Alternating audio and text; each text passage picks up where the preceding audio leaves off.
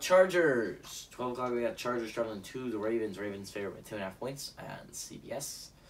We have some significant injuries for the Chargers. We'll go through them real quick. Mike Williams has a knee injury. Did not play on Friday, so he's listed as questionable. If not, everyone moves up a slot. Everyone knows how great Keenan Allen is. He's listed as number 2 on the depth chart, but let's be honest, everyone knows Keenan Allen and Mike Williams are a 1A, 1B kind of thing. 2013 third-round pick out of Cal. Jalen Guyton would be moving into that number 2 role, the third-year player in North Texas. Josh Palmer would move up a spot too.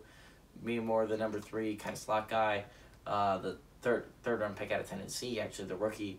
And then KJ Hill would fill into that kind of number 4 role. The 2027 round pick out of Ohio State. I bet they signed someone up from the practice squad as well. Right tackle, we also got Brian Bulaga, went down with an injury to his back. He's gone on IR. It's going to be out to week 8, which means Storm Norton is going to be replacing him, the third-year player out of Toledo. Inside linebacker, we got a Drew Tranquil injury, chest, so he's going to be out for this game. Nick Niemann is the leading player to take over his job, 2020. He's going to be a rook, 6th-round pick out of Iowa. And then we have Amon Ogbongbemiga. I really don't want him to start.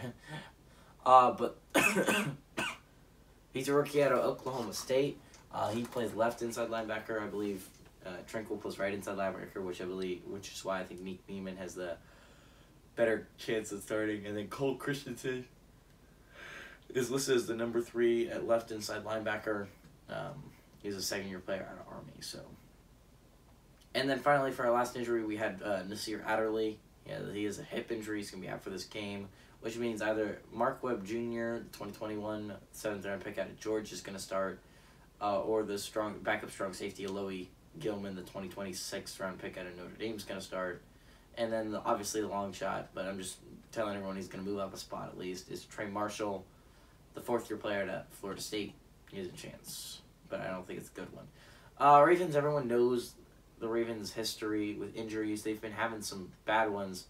They're starting offense left tackles out, and I think it's Ronnie Stanley and Alejandro Villanueva, their backup offensive tackles, listed as officially questionable for this game.